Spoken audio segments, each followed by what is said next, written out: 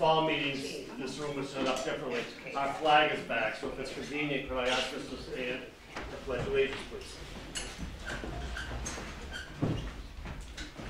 Pledge allegiance to the flag of the United States of America and to the republic for which it stands, one nation, under God, indivisible, with liberty and justice for all. Thank you.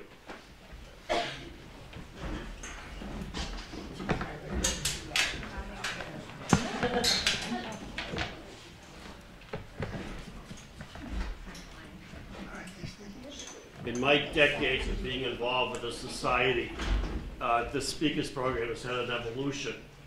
Early on, we always met on the third Monday of the month. And then we noticed our winter attendance dropping off, and it was suggested that we keep the fall meetings on Monday nights, and we move the after fall meetings to Sunday afternoons. And then we noticed the January meeting really dropping off. And it was because the Patriots were on TV. So now we actually build this schedule around the Patriots. Aren't we lucky? Speaking of which, just to touch base, our next, we never have a February meeting because we never know how this meeting's going to go. I can remember only once that we've had to cancel this meeting. I didn't realize that this is the 40th anniversary of 1978 coming on, and I said that would have been a nice program. We had a 25th anniversary, just sharing night. What we sometimes forget is 2 weeks prior to the blizzard of '78, we had a January 26th, 27th storm, and that's one of the top 10 storms to ever hit this area. And I believe that was gone by February 28th because of a warming. Yeah. So today is what, the 28th? So had this been 1978, we probably would not be here today. So we don't have a February meeting, so on the third Sunday in March, we're going to have Dave Bliss from the Bliss family in Attleboro. And they have been in Attleboro since 1636. And they have gone through many different histories, and I believe Dave has written a family history. And we contacted him a few years ago, and then we left it, when you're ready and you would like to speak to us, would you get back to us? And he got back to us this past year and said, yeah, I'm ready. So he'll be here to talk about his family. And on the third Sunday in April, Ronnie, can you tell us what a marimba is? It's a big wooden thing. It's related to the xylophone. So where a xylophone has, I think it's metal, Plates. Metal plates. Yeah, I think it's metal. The xylophone has metal plates. The marimba has wooden sticks, all right? And they are rosewood, I believe, and they're shaped and sized such that they make particular notes. Actually, the xylophone may be wooden as well. But the difference between the two is that the marimba has these tubes underneath it that resonate the sound to give it a richer, fuller sound. And then eventually they put little whirly things inside, and that gave you the vibraphone. So we have a gentleman from the Boston Symphony Orchestra? Nah, he may have played with them. Yeah. He studied under somebody from the BSO. And has studied the marimba and the history of the marimba. So, and he actually has a group called Marimba Moods, right? Yep. And he collects recordings of marimbas and xylophones. So he'll be with us in April. Yeah, it's an amazing instrument to hear because you feel it as well. I got to believe that Noreen and Elaine have already started thinking about our third grade program, which doesn't start till late February. Some years we have as many as 18 third graders spending a day here. This year we're down to 14.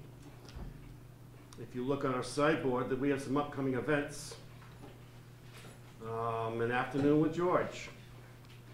We actually had a friend of the society pass away, George Curtis, and his family in northern Massachusetts asked us if we would like some memorabilia, some paper goods. And it was interesting enough that we think we're going to have an exhibition of George's donations. And then I made breakfast. We made, I don't understand June, because what, June, unfinished business?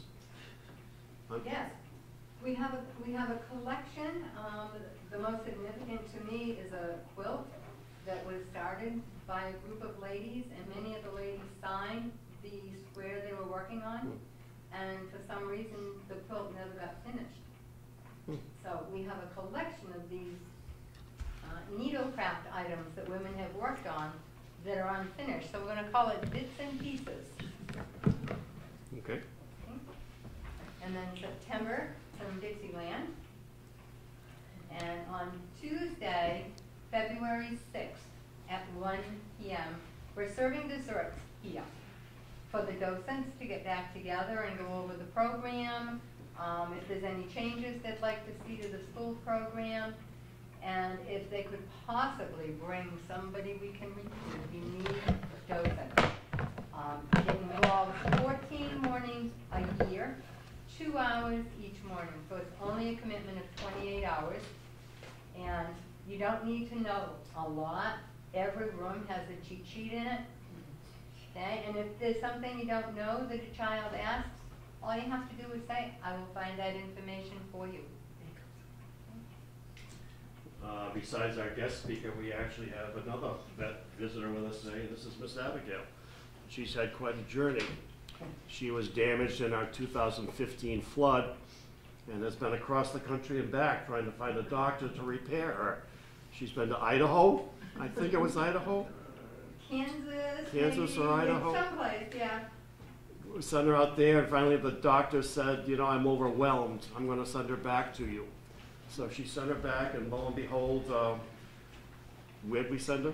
Hopkinton. Hopkinton, Massachusetts. We found a doll doctor who repaired her for about 10% of what the Kansas doctor was going to charge us. So she's happy to be here. We have 2 books of note. We thought that every 3rd grade teacher, before they bring up their 3rd grade, should have a book of the society, a picture book. So to show the kids before they come, and then when they get back to the classroom, let's go over the pictures again. And we actually have some extra copies that we ordered. So every third grade school in town will receive a copy. And we have some extra books, and I believe they are available for $15. And perhaps you've seen this. We have copies of this too. North Attleboro Then and Now. And these are available for $21.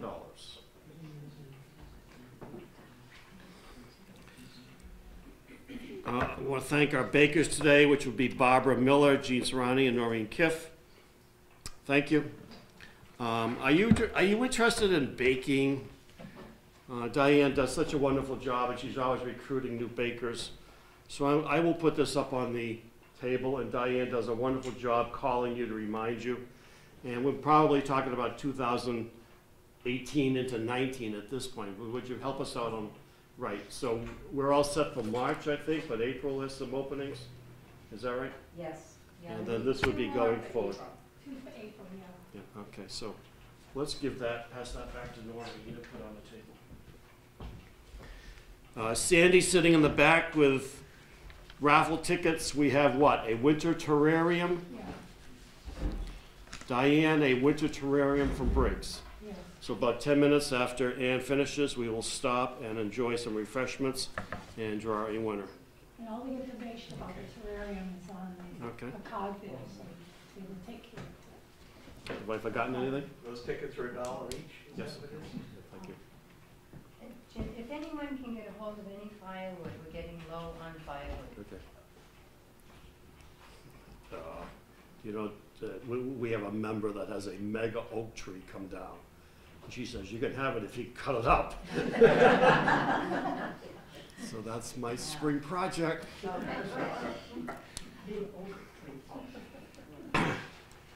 Sandy and Burns and I have a lot in common. One thing we have in common is that we newspaper clip. And I clip things and throw them in a file, and then for possible presentations for the year going forward. And just this morning, there was a thing in the Chronicle about next Sunday. The game's at 5:30. At 1:30 at the Museum of Work and Culture, in Woonsocket, they're having a historian talk on the evolution of the three-decker house. I thought that would be interesting. Yeah. And apparently it's free, but they only can take 75 people, and you can't make a reservation. So you first come, first serve. Back in 2012, I clipped this, which was a century of music of the Chaminade. And I said, at some point, we're going to ask the Chaminade if they would come and talk to us. And Ann Sears is here today. Thank you and welcome. Thank you.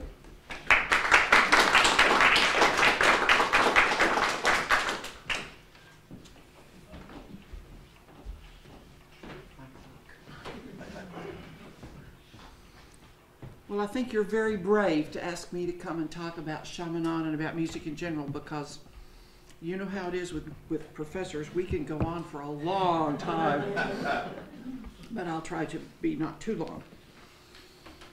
I'd like to introduce some members of the Chaminade Club who are here. Our treasurer, Laura Willett, and our vice president, Mary Whelan. As we go through the talk, you'll see why they are so very important. We've all been members of the Chaminade Club for quite a few years now, and we have wonderful memories. And we are thinking about how the club is going to go into the 21st century. Because there have been times when we weren't sure we'd make it to the 21st century, as is true of all small local nonprofits. The club began in 1912, founded in memory of a very interesting French woman, composer, pianist, Cécile Louise Stéphanie Chaminade, born in, depending on which book you read, 1857 or 1861, in France. She was very gifted early in life and was writing music by age 8. She was impressive enough as a youngster that she was sort of discovered by Georges Bizet, who by the time of her coming along was well launched as a composer and became very famous in 1875 when he got that wonderful opera Carmen onto the stage. He convinced her parents that she should be educated as a musician, and so she studied with a very important piano teacher named Lecoupe. She was taught solfège and theory and the study of counterpoint and fugue. And she studied composition with a very well-known French composer of the day, Benjamin Godard. There was a time when every church organist in the country played Benjamin Godard's lullaby from his best-known opera on a regular basis. So she was really moving in very high circles early in her life. She made her piano debut at age 18 and played some of her own works.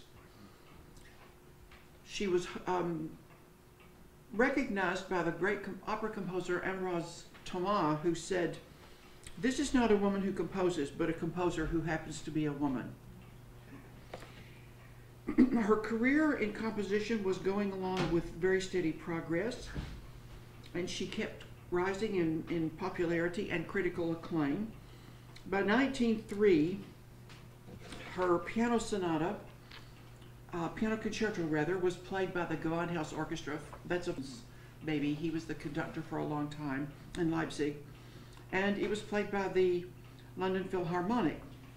So when you get to the point that your pieces are being played throughout Europe and also the United States, you've really arrived when you are playing with orchestras like that.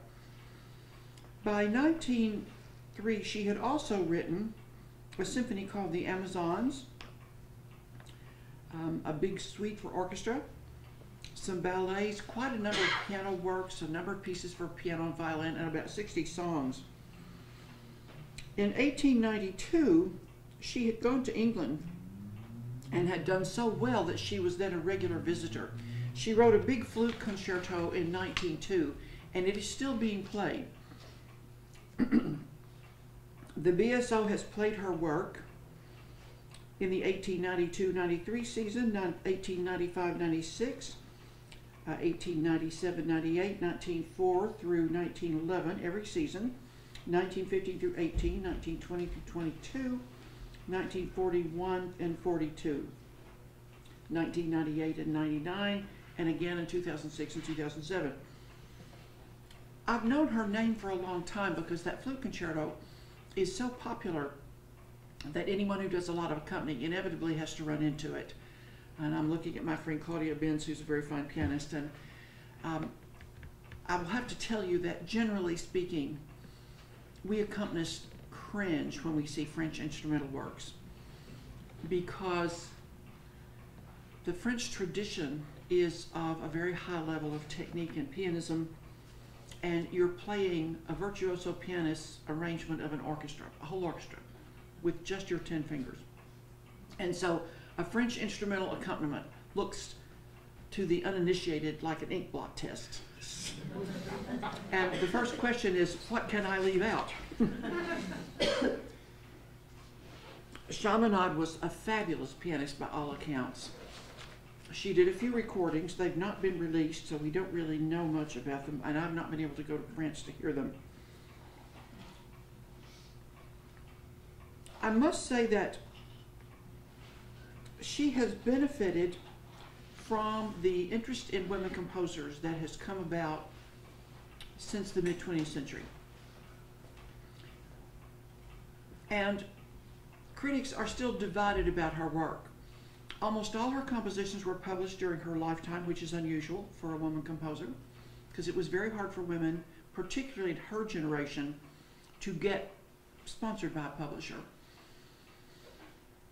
The critics today are in two camps. If you look at the 1980 Dictionary of Musicians and Music, the Grove, which is the gold standard, the last sentence of her entry says, her music never really rises above drawing room level.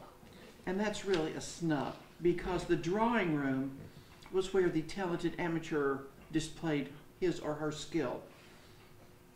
And it's not quite the same as having Itzhak Perlman play your piece at Symphony Hall. However, this flute concerto is in the repertoire to stay, and great artists are now recording Chaminade's pieces, her piano sonata, her piano trio, many of the 60 songs. I've played quite a few of the songs myself, and they're really beautiful. And they're so wonderful to play because she, being a great pianist, knew how to write for the piano. So they fit the hand, they sound beautiful, they're nice to play, the voice sounds beautiful. It's just a wonderful experience. So why did these women in Attleboro decide to name their little club the Chaminade Club? After all, they had other great women musicians closer to home. And I might mention at this point that great New England woman composer, Amy Beach, who was born in 1862 and died of 1844, the same year as Chaminade. Amy Beach had quite a different experience. Also a prodigy as a child, she made her debut with the Boston Symphony at age 16. By 18, played her own concerto with the BSO. Also around that time, she met a wealthy doctor, Dr. H.H.A. Beach, married him, and retired from the stage because he didn't want his wife performing in public. Now, we must remember that at this time, in the late 1800s, there was a certain attitude about musicians, artists, actors, actresses, and so forth. They lived that bohemian life and didn't follow all the rules. And you know how that went over in the late 19th century. So, having married Dr. Beach, Amy Beach moved into a very handsome townhouse on Commonwealth Avenue. Dr. Beach was 25 years older than she. Her mother moved in with them. And she said in her interview in the old Etude magazine, which was sort of the variety magazine of music in those days, Dr. Beach did not like her to play before the public, so she stayed home, studied scores, composed, occasionally would play a benefit concert and donate the proceeds to charity. So she kept up with her music, and Dr. Beach was happy. And she said that she would like to have gone to Europe to study, as her colleagues did. People like George Chadwick, who was president of New Conservatory, Arthur Whiting, who studied at Harvard, Edward McDowell, who died in 1908, but until then was really the reigning most famous American composer. She was not allowed to go to Europe to study because she was a girl, so she stayed home and translated scores from French, treatises from French, and studied scores. At a certain point, when she was in her probably early 40s, her mother and Dr. Beach died the same year. Now, despite the fact that she said in her Etude article how much she enjoyed keeping house for Dr. Beach and being part of the community and so forth and so on, as soon as she got through the grieving process and got them tucked away, she closed up the big house, moved into a residential hotel, went on a tour of Europe, and only came home because World War I broke out. So, Cécile Chaminade married a man much older than she also, and that didn't seem to impede her progress. Apparently the French were a little more open-minded about education for women composers, so she was able to pursue her career pretty much the way she wanted to. At this period of time, women might be said to have been considered the keepers of culture. And this is the context in which I think our little Chaminade Club and many others around the country were created. And you all know there's a Chaminade Club in Providence. And we have another sister club in Jackson, Mississippi that we communicate with from time to time. And there are a few others scattered around. There used to be Chaminade and beach music clubs all around the country. And they did some really interesting things. They were part of a big movement in the mid-19th century that we might call the study club movement.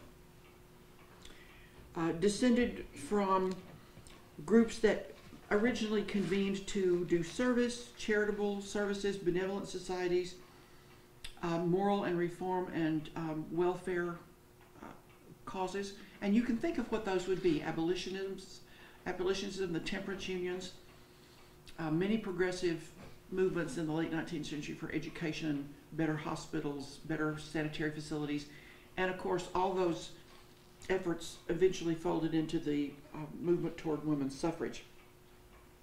And you all know what a benevolent society is, right? No?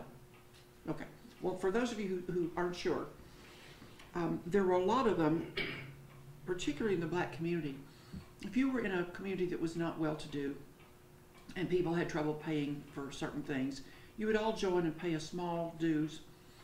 And then if someone had a difficulty, say a health crisis or lost someone in the family, you would help them pay funeral expenses or medical expenses, or sometimes rent, things like that. And in fact, those wonderful bands you see in New Orleans and Mardi Gras are really a result of that movement, because those bands were often the bands of a particular club or benevolent society. These groups exploded after the Civil War, and eventually they led to upper class and middle class women forming all sorts of clubs for literary and artistic purposes. You might think about the Chautauqua movement. That's part of this whole explosion for improvement. And it gave these women an opportunity for self-expression, to learn some entrepreneurial skills which they couldn't easily learn in other ways. In our area, we were also shaped by a very important man in the 19th century named John Sullivan Dwight. John Sullivan Dwight, I think, must have been one of the most opinionated people to ever appear on the face of the earth. He was absolutely convinced that music in classical form, when pursued assiduously, would elevate your character. It would make you a better citizen, it would make you smarter, it would make you have better character, and his vehicle for all this self-improvement was the music of Beethoven. He felt that Beethoven was the absolute pinnacle of classical music. And he is one of the reasons that when you go to Symphony Hall and you look at the stage, you see around the stage carved those gold medallions. Next time you go, look sharply. You'll notice that only the one in the top center has a name carved into it. It is, of course, Beethoven. And there's probably a powerful story that says they couldn't agree on who the other names would be. Beethoven was the only one they could agree on completely, so there he is. It is a result of these study clubs and the force of classical music and the efforts of a man named Lowell Mason that Boston was the first city in the country to have music included in the public school curriculum. For all the same reasons that John Sullivan Dwight thought we ought to know Beethoven. It was going to make us better citizens, give our children better character. And so we got a real head start in this area of the country on considering music an important part of social life and community life. Some examples around us would be the 1869 founding of the Rossini Club of Portland, the founding of our sister club in Providence. The Chopin Club in Providence, which still exists, was a similar kind of club. By 1893, when the World's Columbia Exposition happened in Chicago, Rose Thomas, wife of the great conductor Theodore Thomas, recommended that women's clubs should drop the women and bring men into the fold so that all Americans could be well educated and cultivated. And so we're now seeing the rise of something that's come to be called the cultivated tradition.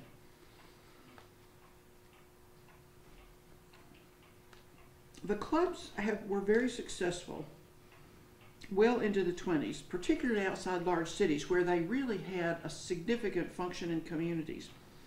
By 1927, it looks from the statistics that women's clubs outside urban areas managed 3/4 of musical events in communities. And these clubs included all kinds of things. It could be a club like our Chaminade Club, which mostly presented women performers in the club doing piano, vocal, occasionally string performances, violin, flute. Now there were certain instruments that were not considered appropriate for women, of course. The cello is the first one, and I don't think we need to go any further with that. But the oboe was, for example, considered to be very inappropriate for women because you've all seen oboe players. And they look pretty tormented when they play. And the reason for that is they've got this tiny little reed with a very small space for air, and you can't ever get enough air out. So when an oboe player stops playing, they don't breathe in, they breathe out. And they get quite pink, and they make that awful face. So that was considered very inappropriate for young ladies. Even though there were women's magazines who recommended exercises to create the rosebud-shaped mouth. If they could just have played the oboe. Women's clubs also were auxiliaries for orchestras, promoted opera, and often contributed to church music. So the club movement was really quite something. We might also, at this point, talk about the role of the amateur in America in the 19th century. If you think about the upper and middle class women who did these musical activities, there are some very explicit reasons for that. Women were not in the workforce at this time, by and large. And if they were in the workforce, they had a very limited number of roles, socially acceptable roles. Teachers, nurses, secretaries to some small degree, and any other profession that really would support a woman needn't be mentioned here. So, of course, that included acting and some of those bohemian artistic things, ballet dancers, exposing your legs in public. That certainly was only acceptable in certain limited circumstances. So they weren't working. Domestic help was inexpensive. They had time to go to a club meeting on a Friday morning, say. And in fact, there's still some very important clubs in larger urban areas of the country, such as the Friday Morning Music Club in Washington, D.C., which is now quite an enormous organization. their own orchestra, their own chorus, and they sponsor a big international competition for pianists and violinists every year. All those things started with these little women's clubs. Our own little Chaminade Club at a point had an opera affiliate, mostly the brainchild of the remarkable Louise Pettit. How many of you knew or remember Louise? Louise brought opera to a community in between Boston and Providence that probably wouldn't have had those concerts otherwise. And in the other parts of the year, she would do a big choral concert. So the amateur musician, particularly women, had time to study, time to practice. They had nurses, they had cooks, they had maids. They had free time, didn't work. And this was part of a movement in the country which included an explosion of sheet music publishing, an explosion of instrument making, and the general elevation of culture, classical music culture in the country. Those women who came to the club meetings performed for each other, and it's interesting to watch how their correspondence evolves. For many of them, these club meetings were the only time they really got up and did anything in a public performance kind of way. Now, you all were probably given the opportunity to take some kind of musical lesson or participate in a group when you were a kid, right? What do you remember about that? Do you remember playing your piano recital? And how do you feel when you remember that piano recital? Let me guess, do you feel that terror reappear in the pit of your stomach? They would write to each other about their stage fright and their nerves. And they began to get over that. And when you look at the programs, the repertoire that they were presenting to the public was incredibly inclusive and much of it impressive. So what would you expect to hear? When you think of great classical music, John Sullivan Dwight, you can see Beethoven's up there, even Symphony Hall. We've got Beethoven, of course, Haydn, Mozart, Schubert, Chopin, Brahms, all those wonderful 19th century figures. So there was a lot of classical music, and often some of it quite difficult. You might see a Beethoven piano sonata. They might also do music that would be today called by music historians salon music. Attractive pieces that you would play in your drawing room for company. Chaminade wrote a lot of that. There were a lot of songs. Some by the composers we consider the great classical composers. Some by songwriters who were writing for this big amateur market. One of the most famous in the early 20th century was a little piece called In My Garden, written by Ida Belle Firestone. Is there anyone in this room who remembers the Firestone Hour on the radio? Well, we thank Ida Belle Firestone and her family and their wonderful tires for supporting the Firestone Hour. And that was a wonderful example of how music was presented at this time. There wasn't that big demarcation between what we now call classical and popular music. Someone who sang at the Metropolitan Opera would come to a recital, and they would sing some of the great classics, but they would also maybe sing a spiritual in a concert arrangement, or they would sing In My Garden by Ida Belle Firestone. And so there were a lot of women composers who got an opportunity to publish their music, their songs and piano pieces, for this amateur market. And this music found its way to the club programs as well. There was even a tradition at this time, which we have actually revived it at our club a couple of times, of music for reciter and piano. So you might read a poem, and it's almost like a silent movie, the piano sort of being the narrator. The clubs, particularly in New England, promoted the work of women composers, such as Chaminade and Beach and Margaret Ruthven Lang, whose father, Benjamin Lang, was a director of the Handel and Haydn Society. And as their clubs grew and they did more kinds of performances, these women moved into the entrepreneurial area. They had to learn how to do things like have a budget and sell tickets and do fundraising and rent a hall and print up a program. And for many of them, this was really exciting stuff. I mean, it doesn't sound like a big deal to us today, especially if we're in the working world. I mean, I look out and some of the women I know here, Laura and her husband Don ran a very successful business, and I know that Laura was the bookkeeper and sort of managed the finances. So this is like falling off a log to her. Mary was head librarian for Wheaton College for a while, so this is not a big deal for her. And I'm currently serving another term as chair of my department, so I know all about this stuff too. But if you've never done it before, if you've never had to balance your budget, if you had an allowance from your husband and you didn't really have any sense of the money of your family, and suddenly you had to deal with this budget, it was kind of an interesting experience to learn how to manage all those things.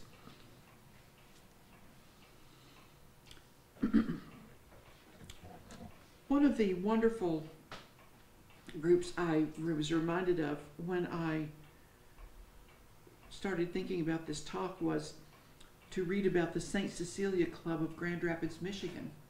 Founded in 1894, and one of the clubs that quite soon got into all these different activities and developed quite a large program. And I thought, wait, they built their own building in 1894. I've played there. And so I had a real appreciation for the seeds that these women's clubs sowed, because they often started series in their community that, like ours, have been going on now for many decades. Some of the women who took their entrepreneurial experience to really extraordinary heights would include people like Marian McDowell. You all know the McDowell Colony up in New Hampshire, where great artists and musicians and writers go to work on their projects. She founded that colony after her husband Edward died in 1908. And one of her long-term clients who went there to compose music was Amy Beach. By the 1930s, with the Depression, the management of many concerts that had been funded and promoted by women's clubs was beginning to pass to professional managers. We also have another significant thing that's starting to happen in the late 20s and 30s, which is that radio is becoming popular. One of the most interesting statistics in all of American music is that when the radio gets to be popular, the manufacturing of pianos plummets, because people became consumers rather than creators. Where Americans used to roll the rug back and somebody would play the piano and they'd dance, now they put on the phonograph or turned on the radio. And so that had made a real difference to the women's clubs. Also during World War II, musical styles began to change. Even as early as 1917, America had discovered the danger of jazz. And the first indication of the real danger of jazz was in 1917 when the Navy went to New Orleans and closed Storyville down. That's where all the naughty places were. And there were lots of them. I think there wasn't much empty space in Storyville. But despite the Navy's best efforts, all they did when they closed down Storyville was to repress jazz in New Orleans. And what did it do? Jazz traveled. It went up the Mississippi and out the Tennessee and out the Ohio, and it ended up in all the metropolitan areas of the country eventually. But jazz had always been, even from ragtime on, mostly dancing music. And when we get into the 40s and we start to have bebop, jazz and dance kind of go separate ways for a little while. So this is when we really begin to have those categories that music fits into, and classical music was no longer folded in with other kinds of music quite the way it had been before.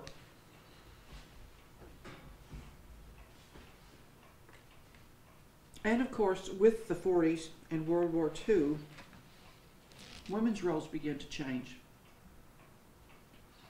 I've thought a lot about this because my mother was in the Marines during the war, and she was quite pretty. She worked in the Pentagon, and she was spotted by a photographer, and she became the recruiting poster for the Women Marine Corps in the 40s and 50s. So when I was growing up, there was a life-size cutout of my mother in the post office, like this. And there was a life-size copy of my mother at the police station. Not a place I went very many times, but there she was. And there was a life-size copy of my mother in the library. And she had a twin sister. So it appeared to me early in life that it was good to behave yourself because mother appeared to be everywhere. But her life was very typical, I think, of many women of her generation. Dad went off to the Air Force. She convinced her father to sign so she could go into the Marines, even though she was underage.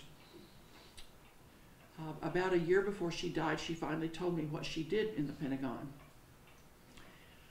She took big boxes that had been shipped there with the effects of people who'd been killed. Unpacked the boxes, made lists of what was in the box, wrote a letter to the family, and sent these things on to the family. No wonder she didn't want to talk about it. So being photographed must have been a tremendous relief to her. She was a typical Kentucky mountain girl, tough as nails and hardworking. She was immensely proud of the fact that she marched in Roosevelt's funeral parade. She was a die-hard Republican till the day she died. And when I got to be a small kid, she decided to start her business, a little business. And so she did, and it was quite successful. This paralleled what happened to many women who went into the workforce, and they went into the workforce as telephone operators and sales clerks, and they had little businesses. They worked in bakeries. They were secretaries and teachers and nurses, and more now we have women in the workforce, because in the 40s and 50s, one family income could sort of take care of the family. One parent lost a job, the other parent went to work, and you sort of managed. Now, it's pretty hard for a family to live on one salary, so most women feel like they have to do some kind of support of the family. And when that happened, it became more difficult for women's clubs like the Chaminade Club to find volunteers. And so I want to say, I guess, that every nonprofit that I've ever been affiliated with has a crisis somewhere in its history. The building that they were meeting in is going to be torn down, or there's nobody who will take over being president. Does this all sound familiar? We've all seen community groups like this. And many nonprofits have two signal failures, in my opinion. By and large, we're happy if we can keep things going along pretty well now, and it's hard to find the time to cultivate the next generation of leadership. Partly because one of the big questions is, from whence do these new leaders come? That is a subject we were talking about at the Chaminade Club. I regret to say we have not yet found an answer, but when we do, we'll share it. The second thing is, for most nonprofits, it's difficult to have money in the bank. And so fundraising is an issue. And that's another conundrum that most of us haven't really solved. What I'm very proud of with our little Chaminade group is that we are resilient. We have had our crises. We've had several of them, actually. And I'll just tell you what some of them are. We had a wonderful French professor as one of our members for a long time. She was a Wheaton faculty member, and she taught French. So not surprisingly, she had a burning interest in Chaminade. And another famous woman, a pianist composer named Marie Jael. And she decided she would like to write an article about Chaminade and Jael. And she borrowed a lot of our archival material. You know the end of the story, don't you? Never came back. It never came back. Professor Mandel bless her heart, has gone to her reward, so I can tell you these things now. Professor Mandel lived to be very old, and she got to be just a teeny bit eccentric as she got older. And when I was a young whippersnapper at Wheaton, she had been retired for some time and had gotten very interested in music because of Chaminade and Jael. And one of the things she had started doing was going to student recitals and taking notes about the performances. And she would snag these students as they came out and debrief them. The students had no clue who this old lady was. All they knew was they'd see her at receptions because she always came with a capacious bag. And toward the end of the reception, she would not very sneakily go along the edge of the table and shovel a lot of the food off into this bag. So, as far as they knew, she was just a local eccentric. And she was a hoarder. And so when she died, her apartment was so full of books and papers, her family just were totally overwhelmed, and we think our archival material ended up in the dump because they just couldn't cope with it. So that's a crisis. Fortunately, the interest in all kinds of music is high now, and there's a lot of good scholarship. And so we're able to know a lot of things about Chaminade despite the fact that we lost some of our archives. But we had some of her autographed music that she had given to the club, and we would like to still have that. In my memory, we had a president who became very, very ill and couldn't really carry on her duties. And our current historian, who was not able to be here today, stepped into the presidency and got the club revved up.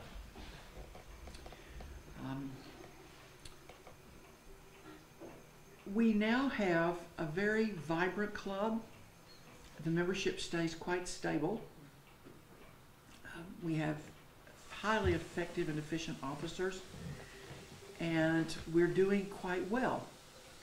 We're facing the same dilemmas I just mentioned before. We've got to think about how we're going to stay stable with membership and cultivate leadership for the future, how we're going to fund what we'd like to do. And we're kind of undergoing now in our little club what some clubs went through in the teens and 20s of the 20th century. As women have gone more into the working world, and as musical styles have changed, not everybody is studying piano lessons and ballroom dancing. They're out in the garage going, wah! So our club members are not much into wah. So we don't have the number of gifted, accomplished amateurs that we once did. How many of you remember a lady named Martha Auerbach? Martha Auerbach was one of the most amazing human beings God ever put breath in. She had a role to play in practically every community group that existed in the Attleborough, as far as I can tell. And she was one of the most unflappable people. No crisis upset Martha. She'd make an extra batch of lemon bars for the reception, whether you asked her to or not.